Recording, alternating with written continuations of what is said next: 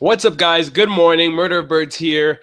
Just got home from work, and I'm going to be doing my review for RWBY Volume 2, Episode 11, and it's the second to last episode. Next week is the final episode of Volume 2, and I'm really happy. I'm really looking forward to what's going to happen, but I'm so saddened because RWBY, I am infatuated with the series. I collect the merch. I watch all the episodes when they come out. I support Rooster Teeth because of it, and I'm really going to be saddened at the fact that we have to wait until next year for Volume 3.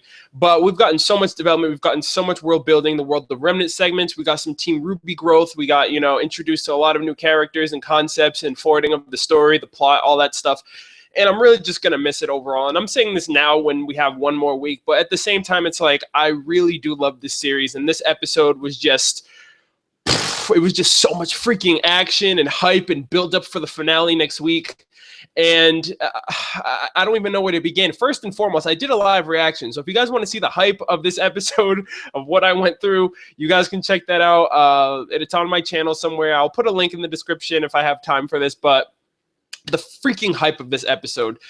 This is the hype train. I'm telling you right now, this episode was the hype train. It was action-packed. Like I said, it was build up for the finale. The first thing we get is Ooblek's weapon showcased in its entirety. I guess at this point it's a flamethrower type of club, which is kind of cool when you think about it, because at the same time it's like, okay, he always has hot coffee readily available, in his thermos, which is also his weapon, which is awesome. And then we see him twisting it and turning it all the other, this way and that when he's fighting the Elysian Paladins as well as the White Fang members, and to the point where he even combines Zwei. Like Zwei actually becomes an asset to the team instead of just being cutesy for the series, of turning him into a Zwei fireball and taking out an Elysian Paladin with one hit. And I was like, whoa, like that was so freaking hype. It was so badass.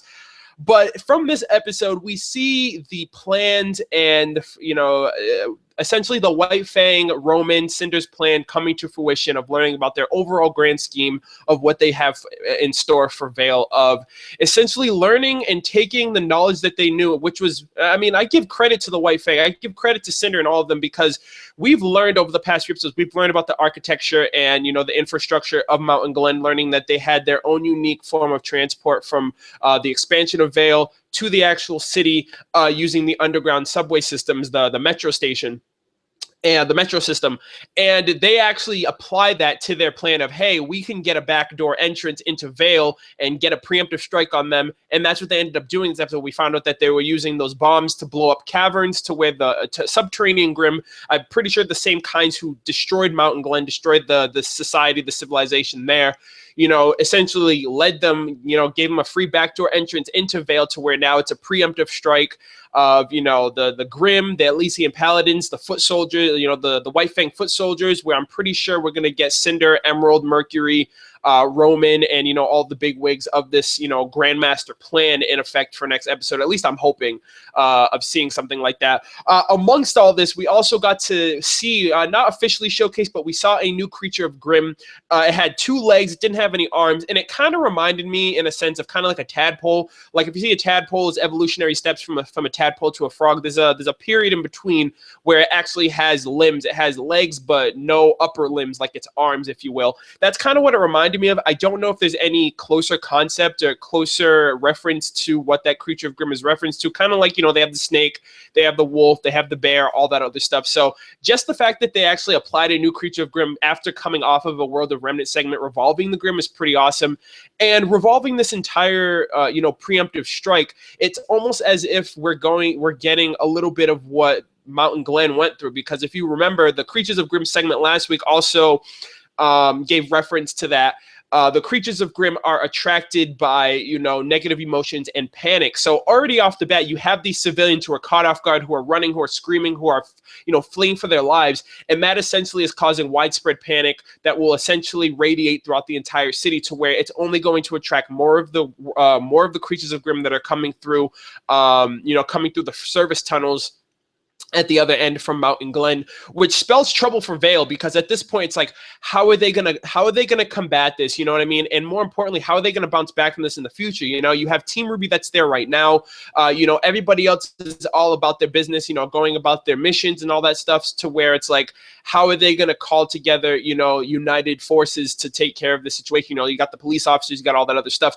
So I'm really looking forward to how they're actually gonna do that next week, how RWBY and, you know, Team RWBY and all those other people, Sun and Neptune were also had missions in the city, so that we'll probably get a showcase of them next week.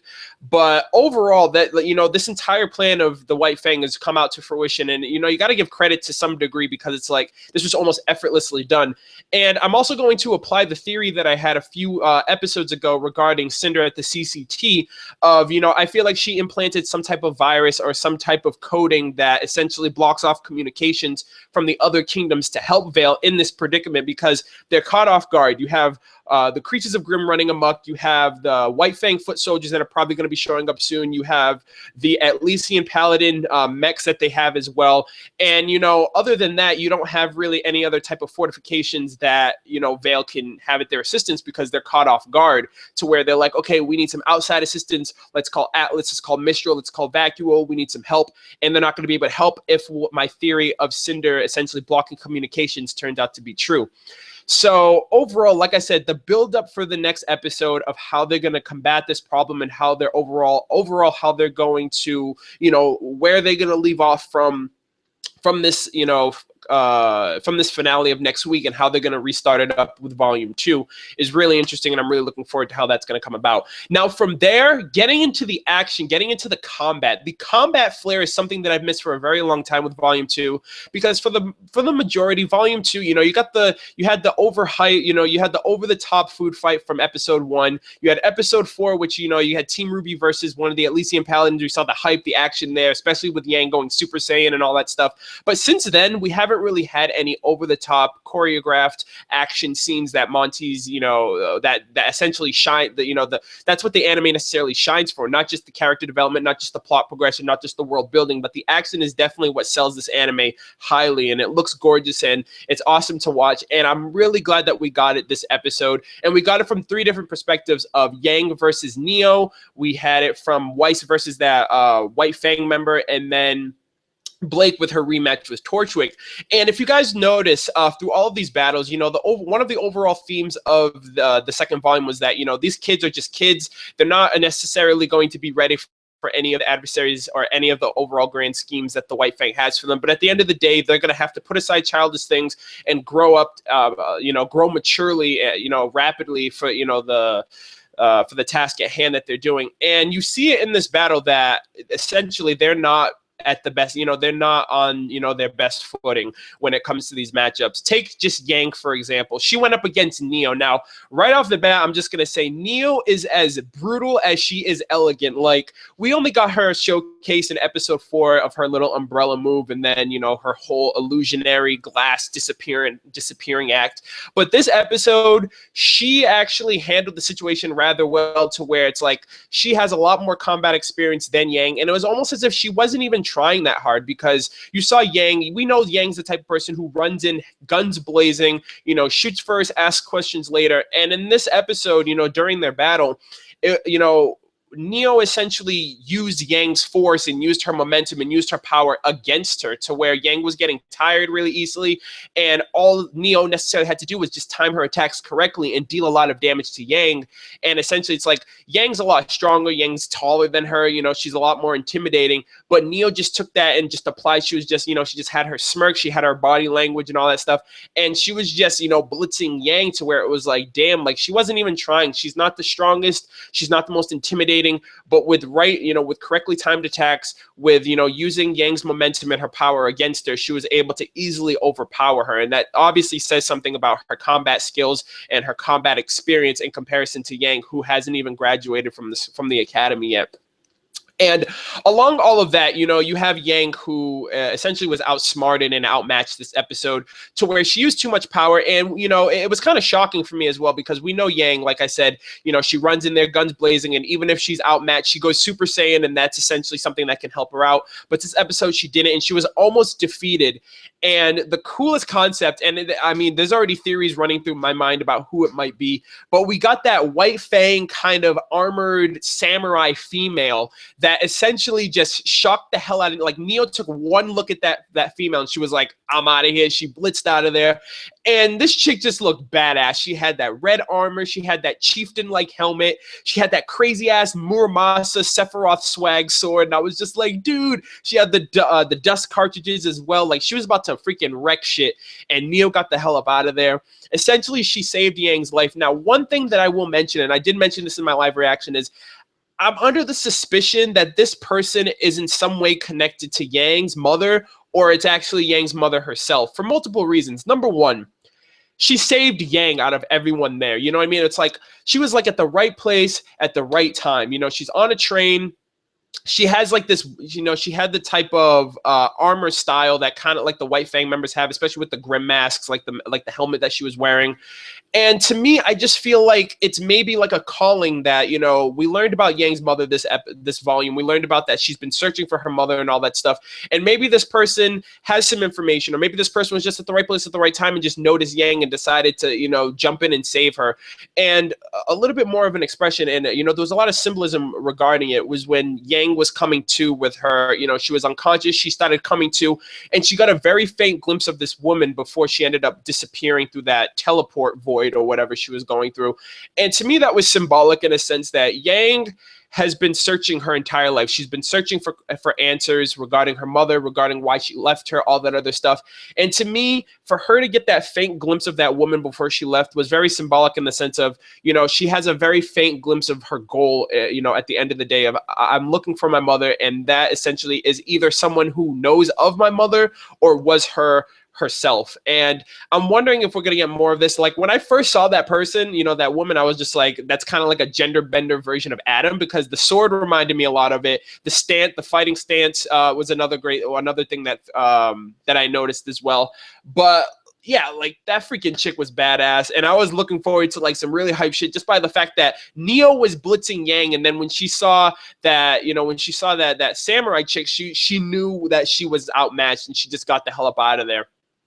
So in terms of Yang's matchup, like, that in of itself right there just shows that Yang has a lot more development, has a lot more growth, has a lot more to learn about combat, learning that it's not just about strength and brute force, that you got to stop, you got to think, you got to apply yourself tactfully and strategically, or else you're going to get overmatched by someone who's half your size essentially and doesn't really have all that much strength to them. From there, Weiss, I think Weiss's combat flair this episode was the most impressive for me. You know, throughout this volume, throughout the entire series thus far, you know, we've had the hype and build up and action-packed moments of, like, with with Yang, with Blake, and with Ruby, but to me, Weiss's combat, you know, from a combative standpoint, was very subtle. You know what I mean? Like, she didn't really have that type of flair that the other girls had.